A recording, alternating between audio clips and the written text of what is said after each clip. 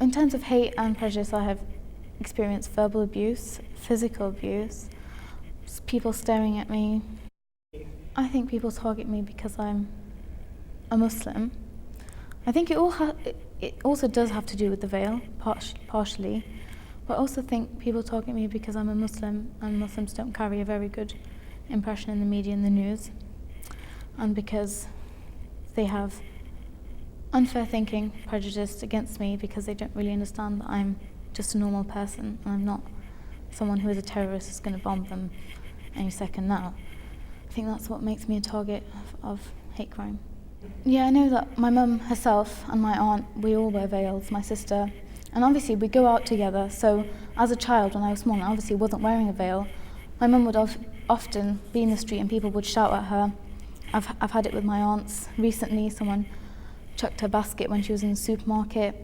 When we talk about sometimes at school, we would talk about the names that sometimes we're called. And often we joke and laugh with each other, like, oh, haven't you heard that one yet? Or, oh, you had never been called that. Like, even as I was growing up, it was almost normal to me that when I did start wearing the veil, people shouted at me.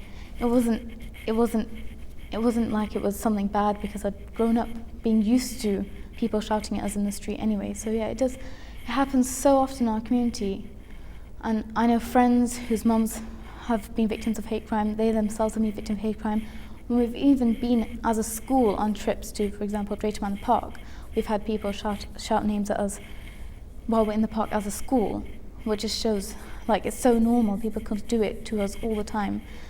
It is ridiculous, it's absolutely silly that we can joke about something that's a crime, but that is technically, I mean, I know we laugh about it, but sometimes when we laugh and joke about it, it's almost a way of sort of diffusing the situation, because after all, it does hurt at first, or even for some people who haven't experienced it, when they hear about it, they don't even take it that seriously because they know other people who've had it, if that makes sense. And it is a way of diffusing the situation, but it's absolutely crazy because it's just so normal. And I think that's the word, it's just normal, completely normal. And I feel wary going outside because I know that people will look at me, stare at me. I don't go out often alone, but when I do feel quite cautious about, I try to sort of keep myself under the radar and not be noticed, because I don't want people to notice me, because if they do, they might say something, and that's not what I want to happen. So yeah, it does have an impact because you try to keep yourself as low profile as you can. I mean, they were helpful, don't get me wrong, they were helpful. They came down to the house. They did say they looked through the footage. They couldn't find the footage, so the police were quite helpful, but I felt like if there was more support, even if it wasn't finding the perpetrator, just more support on how you should move on afterwards. I mean, there is victim support available, but that's only if you ask for it. I think it should be more of a, you get the support whether you need it or not.